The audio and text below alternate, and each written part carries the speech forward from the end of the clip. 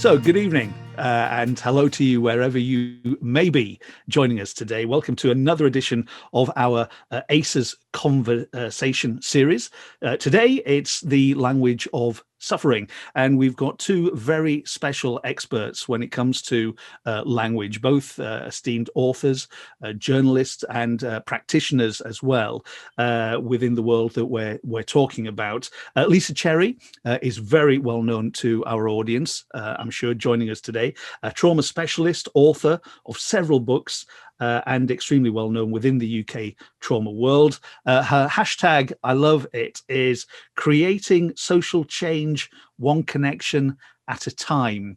We might explore that as we go through the conversation. Lisa's new book, Conversations That Make a Difference for Children and Young People, is out in May. And also Joan Smith, and we'll welcome Joan in just a moment. She's a renowned journalist, she's a novelist and a campaigner for human rights, amongst many other things as well. Joan's columns can be read in The Times, Guardian, New York Times, The Daily Telegraph, and Joan's latest book, Homegrown: How Domestic Violence Turns Men into Terrorists, was published in 2019 to worldwide acclaim. And once again, we'll be talking about that publication as we go through the program this evening. We're here for 60 minutes. Please join in the debate. Remember, use the chat facility, and remember, hashtag AceAwareNation if you're sharing the conversation on Twitter tonight. So let's start. Lisa Cherry. Hello, Lisa. Good evening to you. How are you today? Hi, Gary. I'm good. I mean, it's a winter's evening, so I'm a bit yawny, which is not very good, but I'm really happy to be here because Scotland for me is like, that's where I've got lots of family in Scotland, and that's all the people that are here.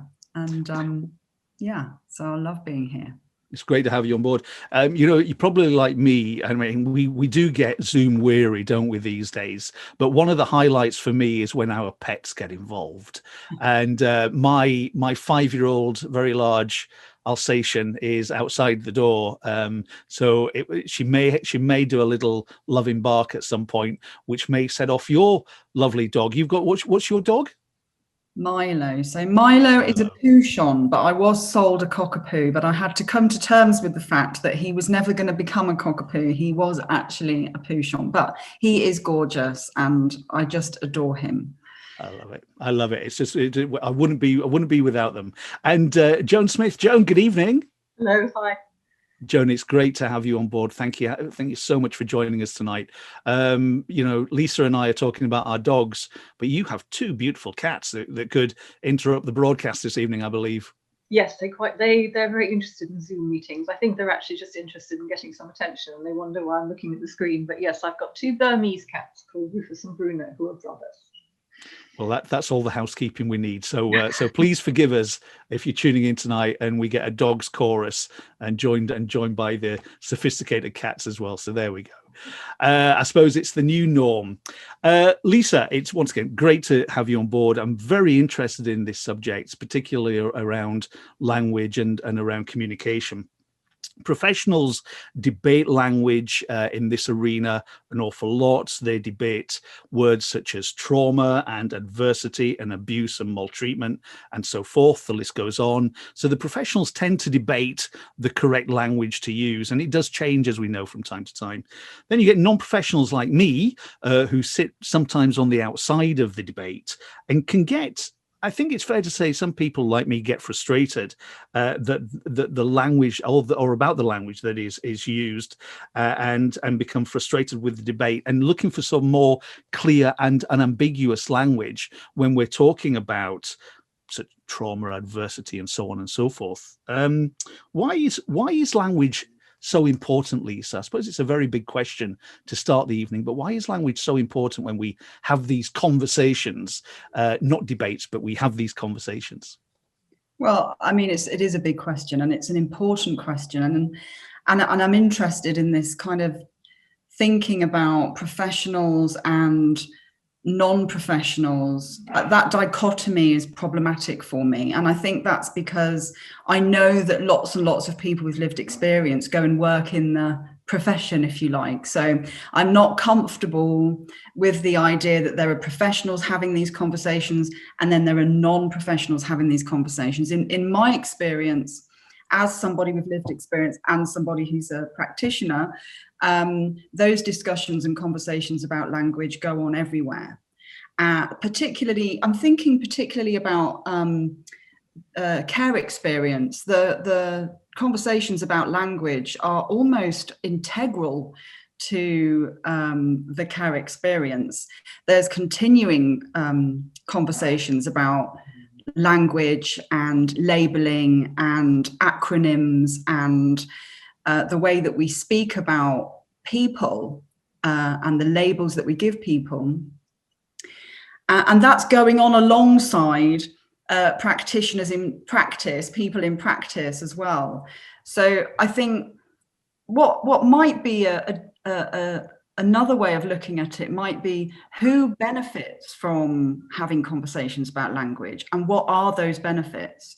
And that's where it becomes different, because the benefits for people with lived experience in thinking about language just span so many things, ranging from now I understand myself better, now I can defend myself from language that you use that I don't choose.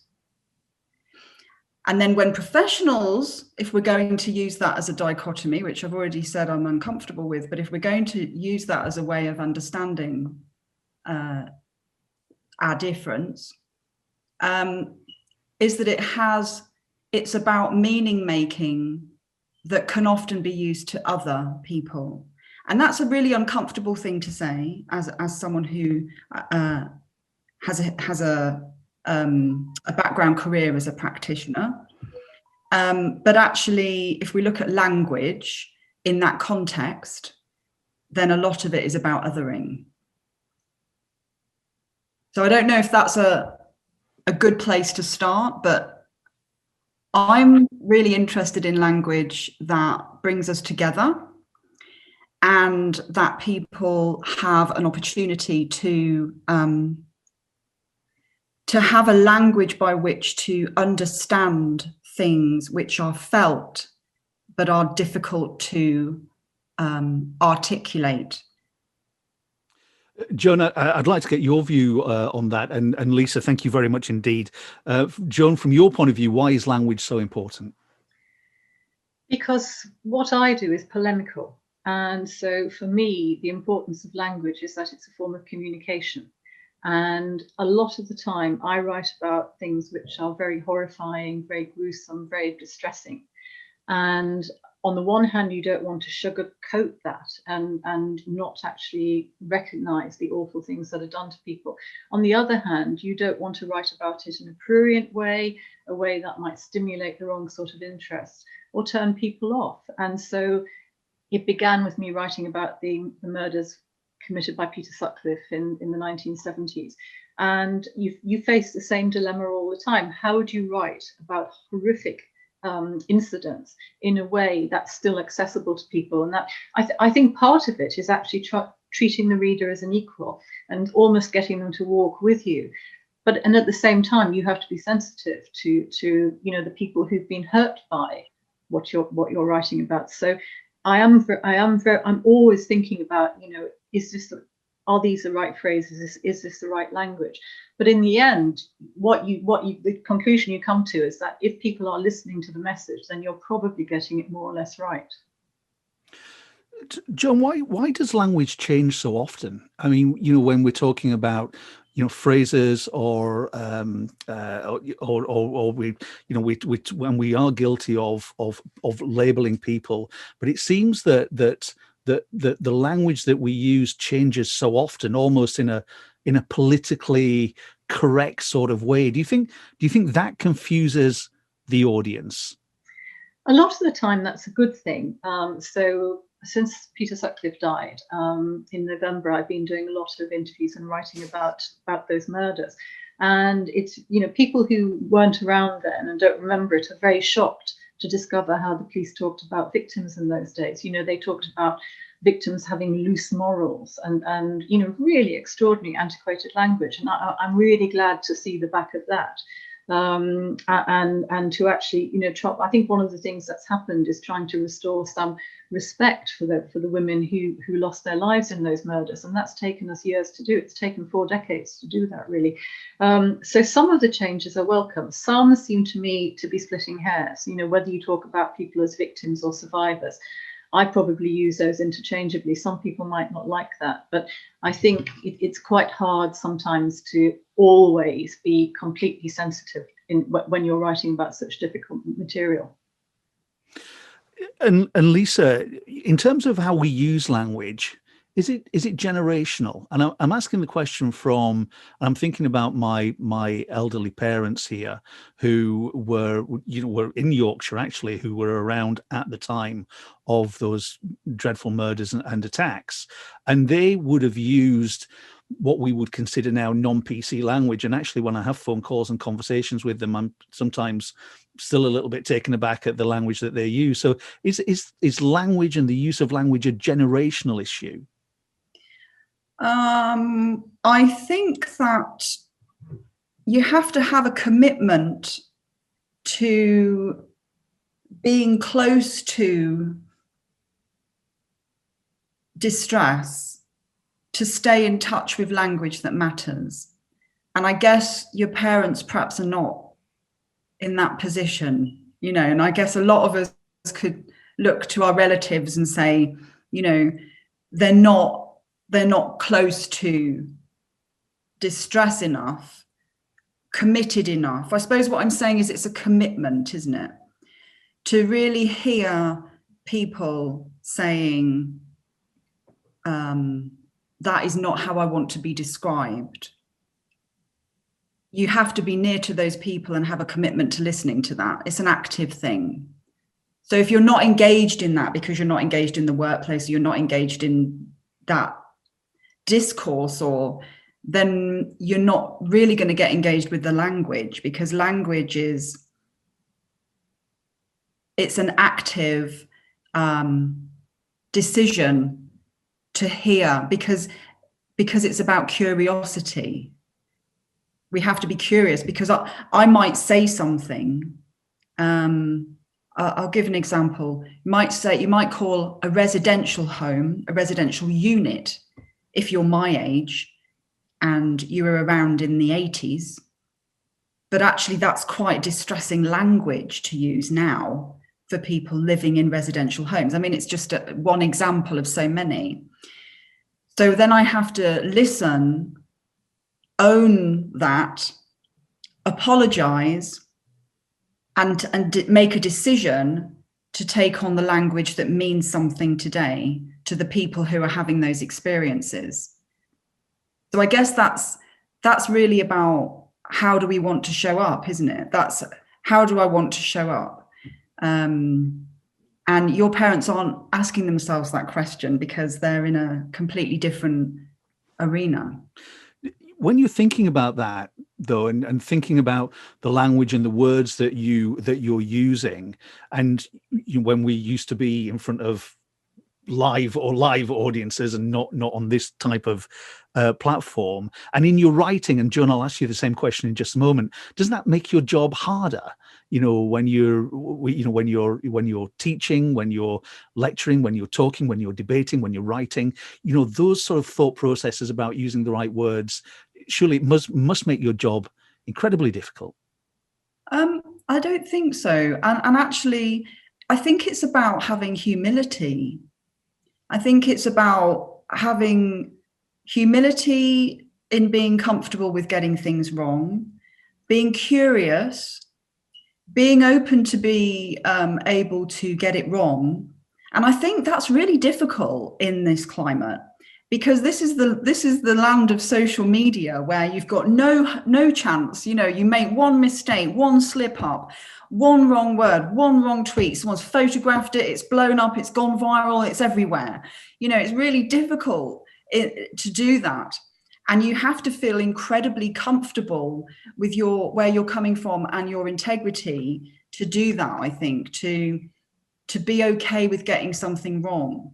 Because I think what you're alluding to, I'm trying to think who it was. He was talking about comedy. It might have been Stephen Fry, actually. He was talking about comedy. How can you do comedy if you're constantly having to police what you're saying?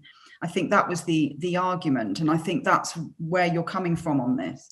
I don't feel like I have to do that, but I do feel like I have to be humble, and I do feel like I have to be curious, and I have to be comfortable with getting things wrong.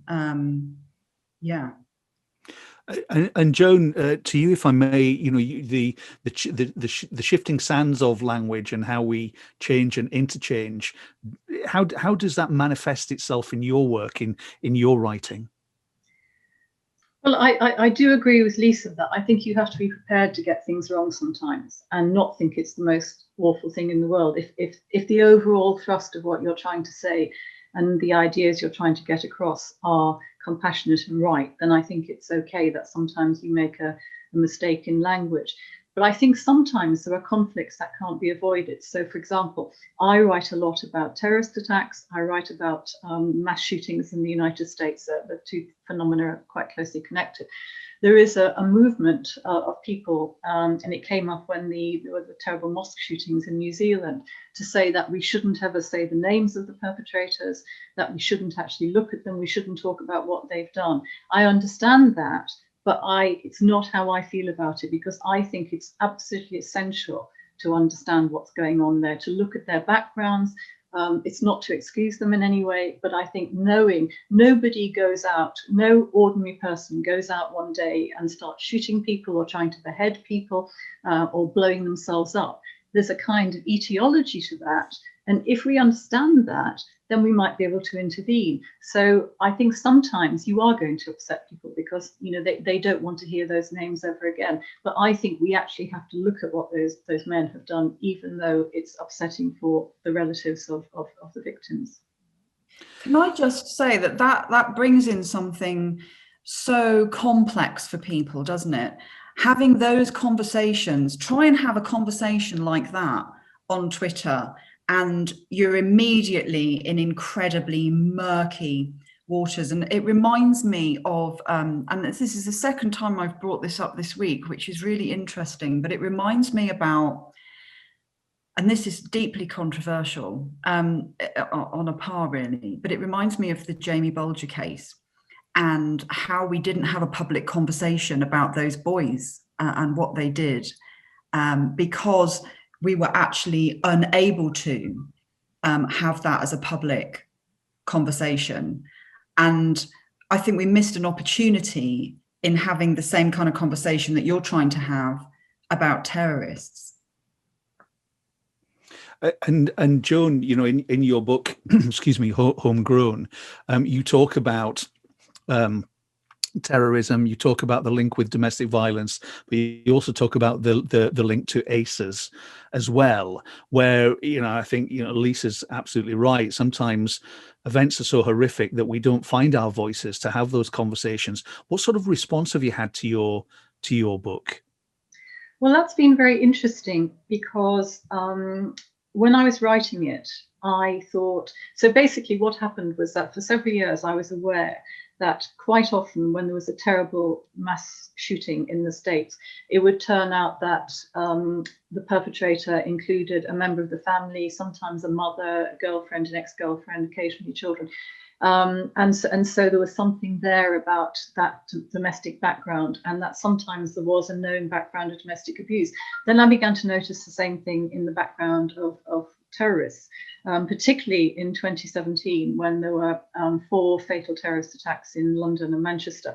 And most of the perpetrators, including the right-wing terrorist who carried out the attack in Finsbury Park in North London on people leaving a mosque, and the Islamist terrorists, most of them had a background which involved domestic abuse, either witnessing it as children and then repeating it as adults, or they had abused wives, girlfriends, children, and so on. So I became aware of that and I started raising it. One of the things I do is chairing the Mayor of London's Violence Against Women and Girls Board. So I have regular meetings with senior police officers from the Metropolitan Police, and I raised this and said, have you noticed they're all domestic abusers? And the answer came back no. And the officer I was talking to, who was the second most senior in London, went back to Scotland Yard and said, what material do we have about the backgrounds of these men and whether they've been involved in either as children or adults in some kind of domestic abuse. And the answer he got was, we don't have that information. Now, I think they do, but they hadn't appreciated the meaning of it. So I sat down and wrote a book which looks at nearly 50 of these very violent men, and 1 or 2 cases of women who became involved in terrorism. And I found this over and over again. Adverse childhood experiences, including domestic abuse, growing up into men who abused women and children. And then there's a particular pattern where a man who has recently suffered a relationship breakdown is so angry, there's such a huge narcissistic wound, and he can't any longer get at his primary victim, who is in the family. So he goes out and attacks members of the public. That happened at Westminster Bridge, it happened at London Bridge, happened at Finsbury Park, it happened in Nice with the lorry attack, the horrific lorry attack in 2016. So when I wrote the book, I didn't quite know what to expect, but it's been taken very, very seriously. And a lot of academics are interested in it. And I'm talking to both Counter-Terrorism Command and the Home Office.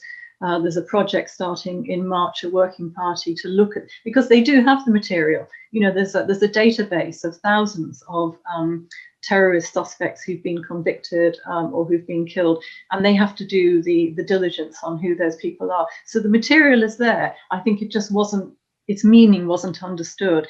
And going beyond that, the point of writing the book is to say, if we actually understand the trauma that's going on before these attacks, we might be able to stop them. And maybe trauma isn't a word that people associate with terrorists or mass shooters, but it comes up again and again for me. And I can see that it's unfamiliar for people who think about terrorism as something entirely divorced from this, something ideological. My argument is that it's not really ideological, that these are very angry, bitter men who take out their anger on the rest of the world, and that makes them very dangerous. But something happened to them to make them like that. Sorry, that's a long answer, but it's a wonderful answer. And are you talking more about in the book? Are you talking about having more understanding or compassion? I mean, I don't know whether you're talking about forgiveness actually, but where are you coming from? Are you saying we need to have more understanding or more compassion for these individuals? I think we need to understand how they came to do what they do. That doesn't mean, I don't think that does mean forgiving them.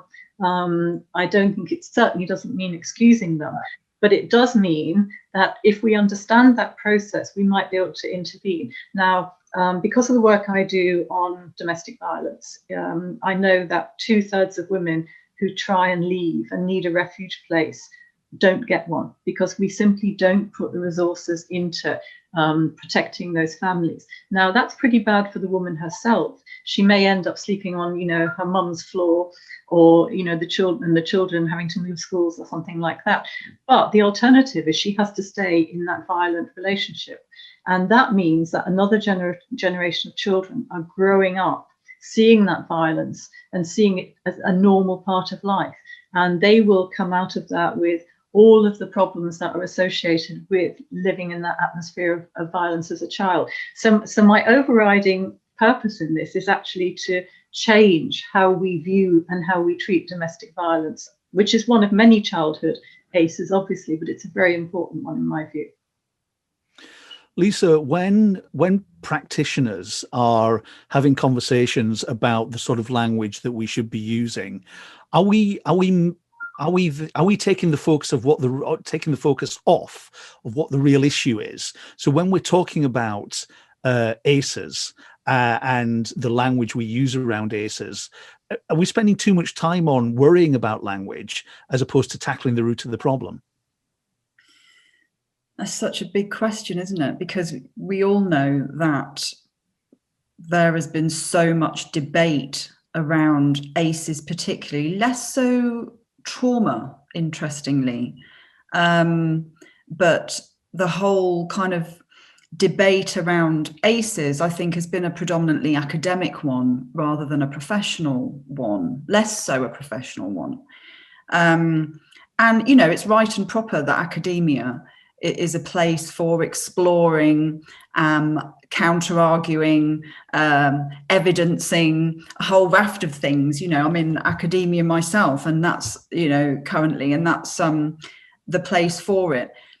But when that seeps into preventing people from expressing what has happened to them, when that silences people, and when that actually becomes part of the problem around language, then that's a problem, because the power imbalance then is just too great.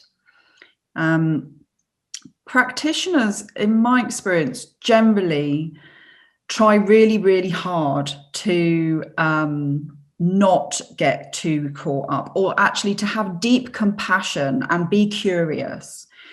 But again, you know, it's very problematic because we operate in systems and legislations that's full of acronyms and full of overworked people who don't have as much time as is necessary to reflect, and therefore also other aspects of language then get lost. So language that we share in our bodies, so trauma's embodied, right? So when we're communicating, you have to, you know, when you're talking earlier about the difficulty with people making some of those connections around trauma and terrorism, or trauma and domestic violence, or trauma, when I meet somebody who is full of trauma, I can see they're full of trauma. I can see that in their body. I can see that in the way they walk. I can see that in the way they are looking at me or not looking at me. I can feel it in the energetic field between us. So if you have space and time to hear that language, that's a different space altogether. And some practitioners, particularly frontline practitioners, are not afforded that luxury as much. And so maybe it's easier to talk about the word, you know, get caught up in words that we're using that actually don't support people. Maybe that's one of the things that happens. Maybe it's safer to talk about how the language doesn't work for us, or the language is not right, or, you know, maybe that's a safe place to go, because the alternative is about humility, compassion, and curiosity, and reflection, and understanding embodiment. You know, we're in a society that's full of dichotomy, you know, mental health and physical health, like they're separate. You know, if you've got poor mental health, your body has poor health. You know, these are not separate things. So we're often grappling with language in systems that have language that doesn't work with the language that is the language of suffering. In your new book, which comes out in May, Conversations that Make a Difference for Children and Young People, do you touch on the importance of using language, the right sort of language? Yeah, language comes up in most of the conversations. I mean, one that's coming to mind is with Moon and Back Fostering, who feature in the book, and they talk about the language of love. And that's a very beautiful acknowledgement. How do we have the language of love when it comes to children? And why is that so difficult? Why is it so difficult to be a fostering agency talking about love? That's anathema, right? So, yeah, I mean, a lot of the conversations are very much about language and about listening. You know, how do we listen? I guess that's what the whole kind of thinking around embodiment is. You know, how do we listen to people, not just to what they're saying, but to what they're showing up with, to the way that somebody looks? How do we really hear that? You know, but yes, I think language comes up a lot in the conversations. But you've put me on the spot, Gary, and now I can't remember all the conversations in the book. Well, Joan knows that the manuscript goes in months ago. You know that, don't you? Well, it's worthwhile having another episode then when the book comes out. So speak to my producer. I'll speak to my producer. Joan, we'll come back to you. We touched on social media, and for some people like me, for instance, it's a relatively new phenomenon. I mean, when I talk to people, or we talk to young people about starting work, when I did, back in 1989, we were still typing memos, we were photocopying them, we were putting them in pigeonholes, email was just about coming about, and so on and so forth. But here we are now in this brave new world of social media, and it literally breaks my heart sometimes when I see the language that is being used to hurt and destroy people. How do we combat that, Joan, do you think, in this brave new world of instant communication, gratification, and when people are using words, and sometimes anonymous people are using words to have extremely detrimental effect? Yes, I mean, it's a real problem. It's not just words, it's also images. So there's been an explosion of very violent online pornography. And what's coming up over and over again in some cases of sexual violence and rape is that really quite young boys are actually learning what they think is important about sex from watching pornography.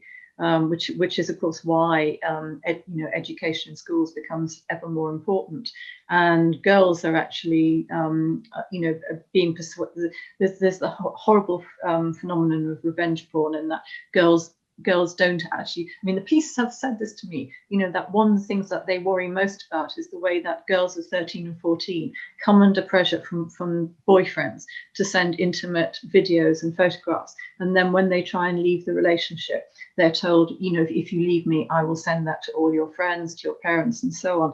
And the police in London, particularly, which is where I'm based and know about it, they're desperate to get this message across in schools. And I think the importance of healthy relationships and that being taught in schools has never been more significant or necessary. And also, it's an aspect of bullying too, that social media is used as a bullying tool, and where children in the past would be bullied at school, but then they came home and at least it stopped for a while. Now they're actually facing, they come home and they're still getting it via their mobile phone. So I think it's about making children feel it's okay not to be ashamed of the fact that they're being bullied or these demands are being made on them. How you actually police it is a much bigger question. I'm not sure anybody, I mean, the government is talking about an online harms bill at the moment, but it then brings in the whole question of free speech and things like that. But certainly I think there's a whole generation of quite young people who are being damaged by this. Lisa, it's interesting, and I think about this often when we have this conversation about the pressure and the expectations of schools, where it's now moved from, my day of the 3 R's to a much more responsibility, almost, not necessarily bringing up children, but certainly educating children in social etiquette and the way that behavior is seemed to be accepted. It's interesting how the language is changing within schools, and I've got a couple of examples here from some of the research. Behavior. Now, this is new to me because I don't come from an educational background, but this will be au fait to a lot of people who are watching tonight. So, behavior management has changed to behavior supports, fidget toys to learning tools, low-level behavior to unsettled behavior, and one that I am aware of actually, because this was raised and actually has been part of the practice at Pachuca East Primary School here in Scotland in Fife, changing challenging behavior to distressed behavior, and just changing the language that's happening within schools is having a positive effect from the interviews that I've done and the research that I've done. Are you finding that in your experience? In my experience, it's a very big spectrum, right the way from what you're describing, which is a school that seeks to have relational approaches to distress, might have a bereavement policy. It has relational approaches in one-to-one, relationships with the pupils. It has relationships as something that's at the heart of school, and it understands that school is so much more than somewhere to learn things to be tested upon, right the way through to the other end of the spectrum, which is about the idea that education is all about learning things to be tested upon. And we had pre-pandemic this whole idea of zero tolerance and isolation booths and things like that. And I think I say pre-pandemic because we have such an opportunity now. I've been going in and out of schools for 20 years, and I've been going in and out of schools doing training around attachment, trauma, adversity for about 7 years now. And something happened 2 to 3 years ago where this massive shift brought about a change and a desire to do things differently in a lot of places and spaces, and in some schools, in a way that I hadn't seen before. Before I'd go into a school and I'd be stood in front of people and there would be arms folded and they would want me to go away really quickly. And what does this have to do with education? I think what the pandemic has done really well and effectively is it has shone a light on advantage and disadvantage, on inequality and inequity, in a way that gives an opportunity for educationalists and policy around education to think very differently about how we move forward. And language plays a part in that.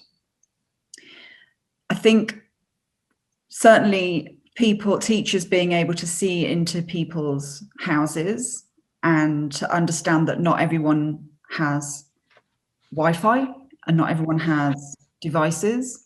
Being able to see that, I guess, is a language, a communication of something that had previously been unseen.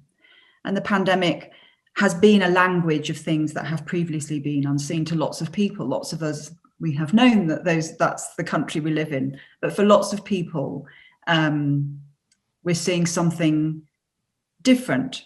So I think there's a real opportunity for schools to really embrace the fact that the relationships outside of the home for some children are the game changer. That yes, for some children, the relationships inside the home are the deep attachment relationships that really make a difference for those children. And what happens at school is what happens at school. But for some children, what happens at school is what is going to make the difference for that child and the adult that child is going to become. And I think there are educators who perhaps hadn't appreciated that before who really understand that now. Before we came to air, I don't have my notes here, but I think we heard that schools in England some schools may not be going back until the 8th of March.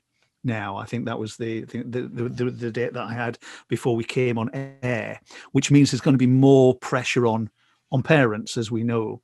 And I'm going back to the book and the conversations, Lisa. What sort of conversations should parents be having around language and the right sort of language that children, young people should be using? Because some parents will be doing this from a standing start, if that makes sense. So, without having the hindsight or reading your book, which is out in May, what advice would you give parents who are watching this tonight? I think the main language that will make a difference is the language of compassion. Because when we have the language of compassion, we can be much kinder with ourselves. And when we're much kinder with ourselves, we're much kinder with other people. And I think you know, we saw a lot in the last lockdown of some quite punishing communications about children not doing enough, and they're not doing the work that they're supposed to be, and parents are not making their children do all the things that they're supposed to be. There was a lot of judgment, and I think that has lessened. I think that judgment has lessened. And the language of compassion means that we expand what we see. So rather than, one of the things we've had to do is to understand people living in ways that we did not know they lived, or that we did not understand was the experience. And that has had to really broaden people's thinking. No more could people, you know, live in a bubble and think that everyone lives like they live. We've had to expand our position, our lens, our way of thinking about the world, to understand that there are many, many responses, reactions, and ways of being and experiences in this pandemic. For some people, it's been a very successful time. Some people have spent much more time at home with their loving family, with all the resources that they need to make that work, and they've benefited from that. Other people have been, you know, living in a tower block with no outdoor space, not enough space inside, no Wi-Fi, no resources, you know, and everything in between. And I think that, and then there's all the loss and bereavement and the grief that the country is getting cloaked in. So I think the language of compassion, as trite as it sounds, offers an opportunity for kindness to ourselves. And I think, I don't know what you think, Joan, but if we think about the people that you're talking about who create the harms that they create, they won't be having good, you know, kind thoughts about themselves, you know. They'll be having the opposite of that to the extreme, right? Yes. So one of the things that happened with the first lockdown, which was very shocking, was that the government assumed that home was a safe place. And the language of the first few weeks of briefings was incredibly striking, that the words domestic violence, domestic abuse did not come up. All the briefings were by male ministers. And it was all about furlough and you know, job losses and things like that. The fact that there was a sudden increase in domestic homicides was what we all expected, and children being killed as well. And it was so far from the minds of the people in charge of our everyday lives that where I live in West London, where a lot of people live in blocks of flats, the local council suddenly closed all the parks. And they said it wasn't safe for people to go to parks. And I was saying, no, there are women and children who can only escape from an abuser by getting out of the home. And they need to be able to, you know, one of the ways they can do that is saying they have to take the children to the park, or they need fresh air or something. That might be their only opportunity to call a relative, to call the National Domestic Abuse Helpline.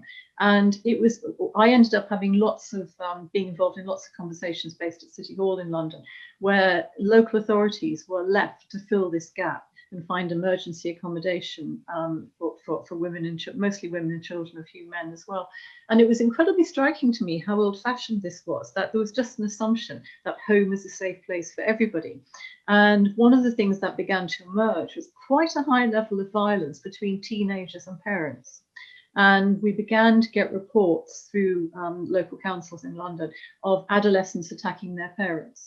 And there's now a working group looking at that. But it just showed there was a gap in thinking, so that even though there was a domestic violence bill going through Parliament at the time, ministers actually, it hadn't occurred to them that it was safe to tell everybody to stay at home. And Joan, sorry, Joan, why do you think that is? Is it ignorance from the government's point of view? Is it a fact that what we've been through in the past year and are continuing to go through we've never seen before? What in your professional view is causing that blockage, if you like? I think it's a lack of imagination. I think it's a narrow focus. I think sex comes into it as well, in the sense that, as I was saying, most of the briefings were by male ministers, and so it was the Chancellor, it was the Prime Minister, it was the Transport Secretary. These are not people who have at the front of their minds the welfare of women and children. And even some, I noticed that one or two, Amber Rudd, for example, who had been Home Secretary in Theresa May's government, she actually highlighted this and said, where are all the women? And I think it's a really good example of what happens if you actually have people who are all very alike, who simply have a narrow focus on their own brief and don't look at the larger picture. And it was interesting this time round, when the lockdown was announced, that the Prime Minister did actually mention domestic violence right at the beginning. Excuse me, but that had taken about 9 months for us to actually get that onto the government's radar. Sorry, I may have cut you off, Lisa. Did you want to come back on anything there? No, I think Joan kind of answered the question, really. Just, at the end of the day, we have a group of people whose, we arrive into the world with building blocks, the building blocks to build who we are. And that happens through the relationships and the experiences that we have. That's the way that we build. And if all your experiences, there's been a set of experiences that the people in government have had that create the people that they are. But I suppose where I would start to feel more passionately about that would be that because you are in that position, the lack of curiosity about how people live in this country was astounding. Shameful at the beginning. I think we have seen glimpses of attempts to understanding different things, but that has been a slow burn. They're slow learners, but they're learning a completely new language, a completely new experience. And I think it's very difficult knowing that, because they are in charge of the country, and we have to alter our systems. Every single system we have to sort out that power imbalance. We have to have diversity on every level, but certainly on lived experiences. A variety of lived experiences have to be at the heart of all of our systems. Otherwise, we just get more and more and more of the same, which is people not in any position whatsoever to think about things that are, for them, unthinkable, literally. Joan, as you know, the Violence Reduction Unit in Scotland had a massive impact, and has and Ace Aware Nation, being a grassroots, well, it's certainly becoming, I think, more of a grassroots, more than a grassroots organisation now, had an awful lot of its background in the work that the VRU did and does. Are you finding that with the Met? Are the Metropolitan Police coming around to this way of thinking? Oh, absolutely. So 3 or 4 years ago, the Scotland Yard appointed their first head of safeguarding, who was a commander, so it's a very senior rank. And he was talking a lot about ACEs, particularly in relation to gangs, because in London there is, like most big cities, there is a problem about boys particularly though some girls as well, getting drawn into gang violence. Gangs are a kind of alternative family, and they go into them sometimes for protection, but actually it makes things worse. And it's really been interesting to hear senior officers in London talking about ACEs and talking about them quite confidently, and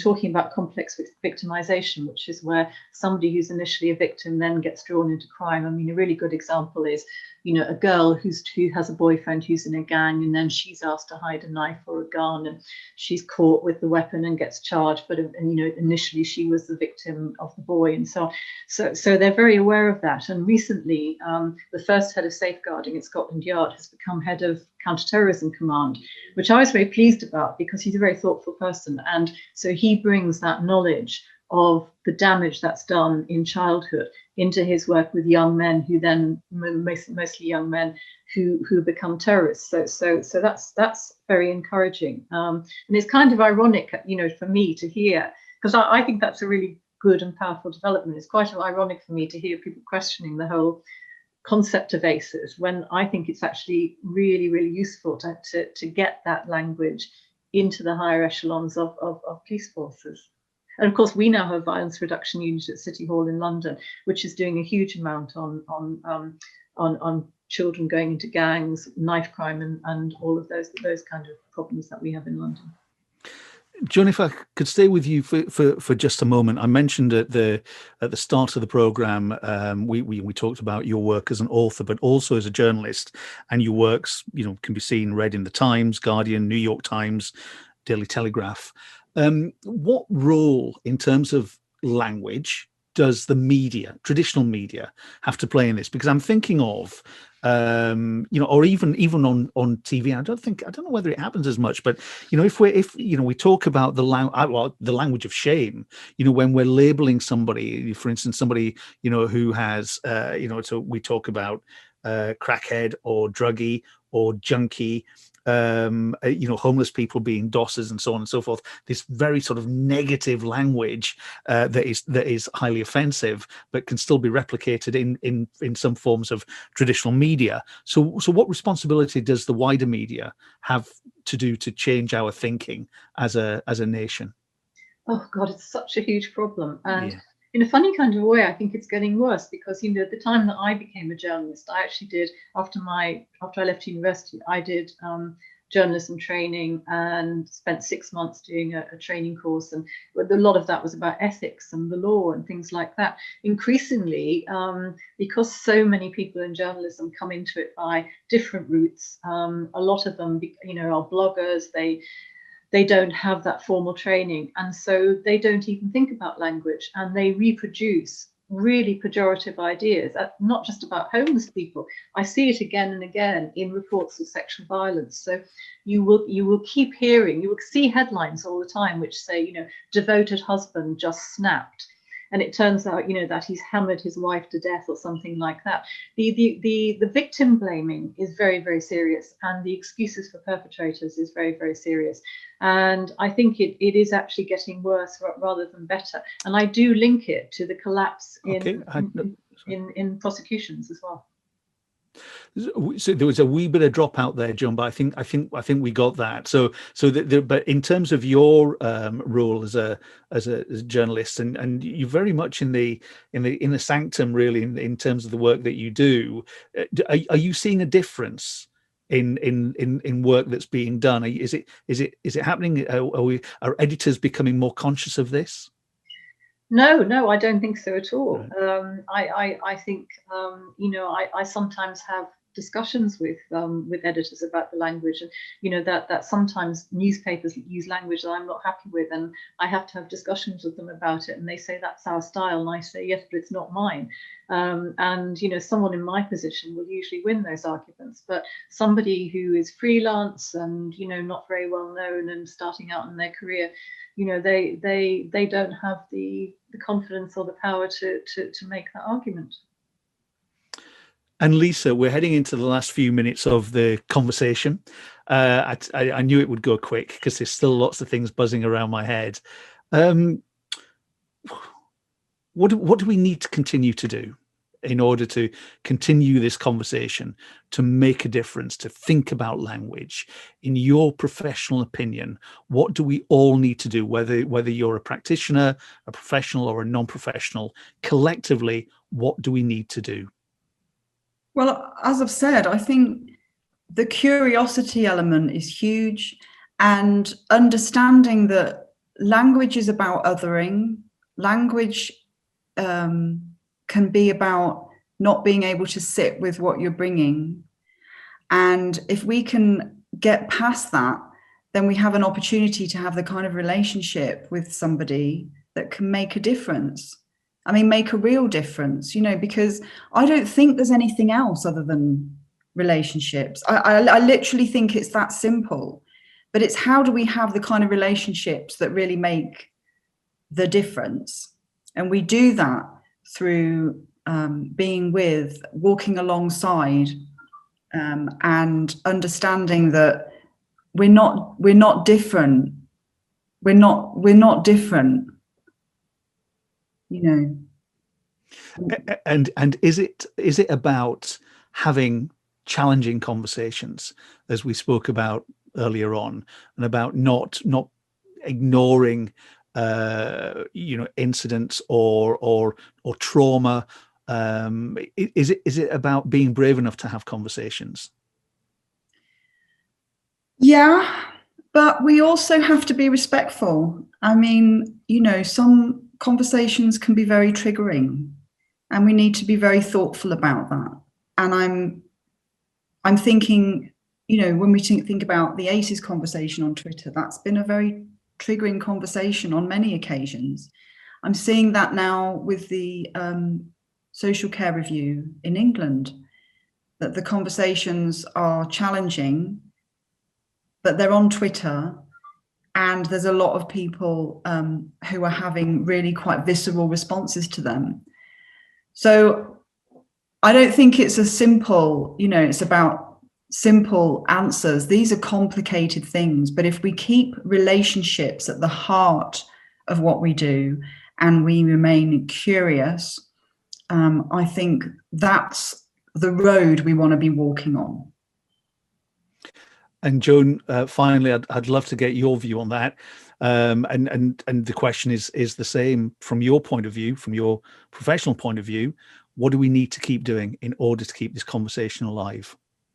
I think we have to realise that violence and horrible events don't just come out of the blue. There's a tendency to react to terrorist attacks as if they're sudden, unexpected.